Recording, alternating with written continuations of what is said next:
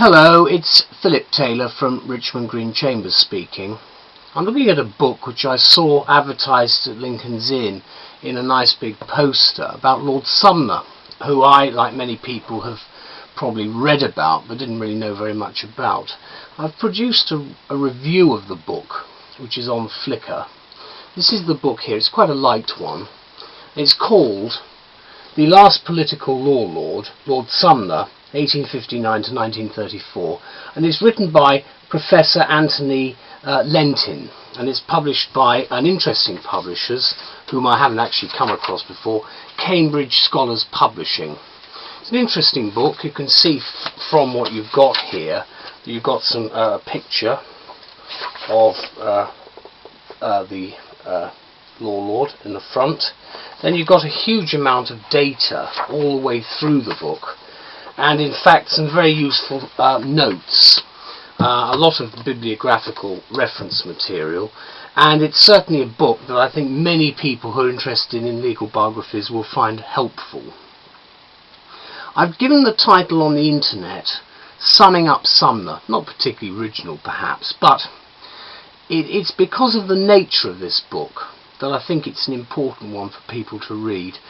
I started off by saying, taking a quote, "A legal and literary genius, such is the picture of Lord Sumner that emerges from this very scholarly as well as readable and thought-provoking biography."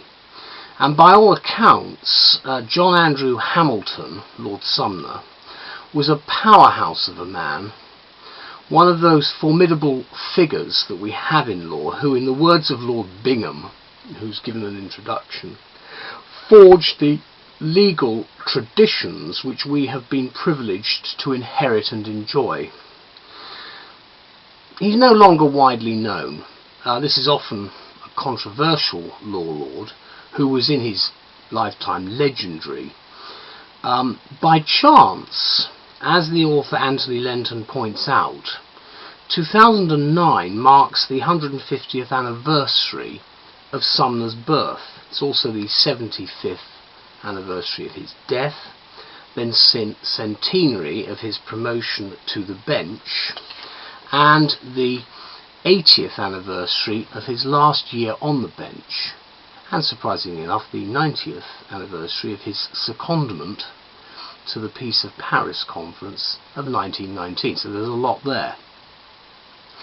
And it's in a move, in fact, with the book which describes an unparalleled period of history for a law lord.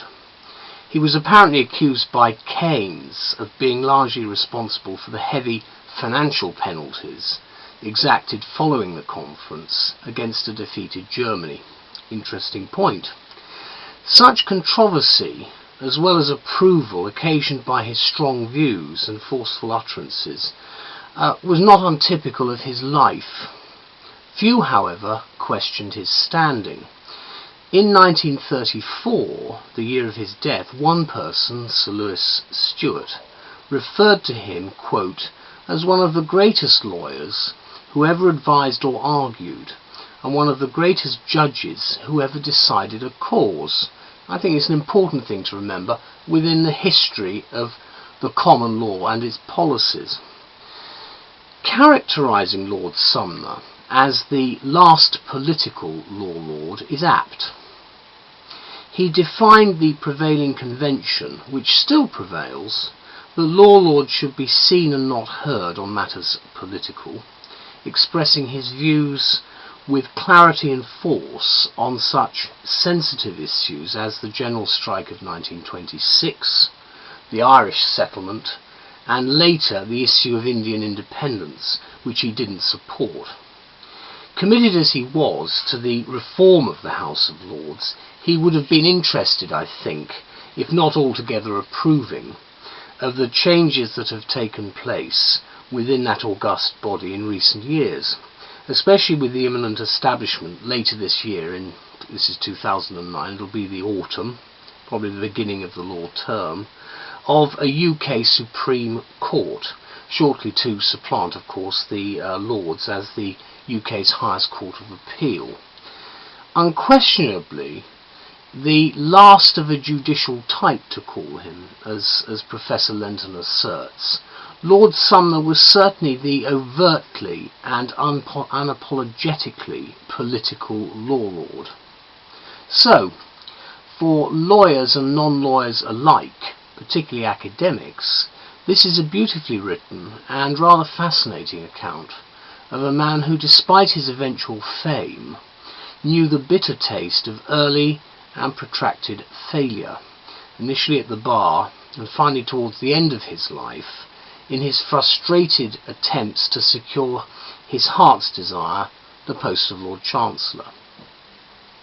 I've got a quote here: "The greatest judge never to become Lord Chancellor." Well, we get plenty of descriptions of that nature for various high office holders, but it will nonetheless be remembered, thanks to this biography, that he was a towering judicial presence and an early and leading activist in the cause of Lord's reform, which we still haven't got, of course, in effect. So this biography by Cambridge Scholars Publishing is a welcome addition, in my view, to the Legal Biographies Library, of which I've reviewed quite a few titles in the last year. It's an extremely meticulous work which presents John Hamilton in a sympathetic light, which will delight historians, politicians and lawyers, as it sums him up brilliantly. Thank you very much, Tony Lentin. Bye-bye.